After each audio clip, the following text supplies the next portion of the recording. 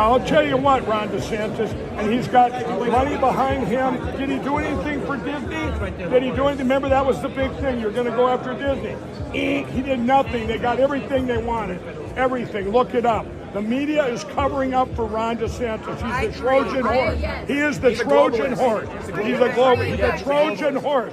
Do not believe anything you're reading by the media. I don't know what the hell Mike Lindell was getting at talking about Ron DeSantis is the Trojan horse, but the only reasonable thing he said in this is that Donald Trump is back, basically. That here comes Donald Trump 2024, 100%. Now, what I want to point out is that if Ron DeSantis was really this big, strong candidate who was just going to come bring the haymakers and knock Trump the hell on up out of here, why hasn't he announced yet? Because unless something very drastic happens, something completely out of left field that no one's expecting, then how can Ron DeSantis really be effective against Donald Trump in 2024? And he's in a position that he kind of deserves to be in, to where if he doesn't run against Trump, he'll look weak. But if he runs against Trump, he'll still look weak. What is Ron DeSantis going to do against Donald Trump saying, look, I made you? Remember that cringy commercial that Ron made where he was like reading a Donald Trump book to his newborn and basically just, being Trump's lackey, brown-nosing Donald Trump? How's he really going to get past that? Everyone knows my husband, Ron DeSantis, is endorsed by President Trump, but he's also an amazing dad. Ron loves playing with the kids. Build the wall. He reads stories. Then Mr. Trump said, "You're fired."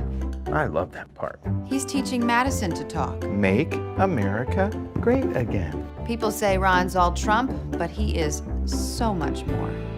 And this is the bed that he made for himself. Now, one of the key things that Donald Trump is going to be on Ron DeSantis about is his history with wanting to make cuts to Medicare and Social Security. Ron DeSantis is going to have to come out and really convince people against Trump's basically harassment in a lot of ways to say, he wants to cut this, he wants to cut this. We just talked about how Mike Pence went on to CNBC and for 5.5 minutes talked about cutting Medicare and Social Security. Rick Scott literally had that in his plan, and Republicans have been talking about doing this for decades. This is nothing new. Then we have Donald Trump, who basically is the only Republican loudly and proudly saying, I'm not going to touch this. So yeah, Mike Lindell has a point about, Trump 2024, he's back. That's why Donald Trump is ahead in the polls by over 40%. Are you backing Trump in 2024? Are you backing Trump in 2024? Seriously, am I backing Donald Trump in 2024? And 4 new polls from earlier this week just came out and showed that Donald Trump got a huge boost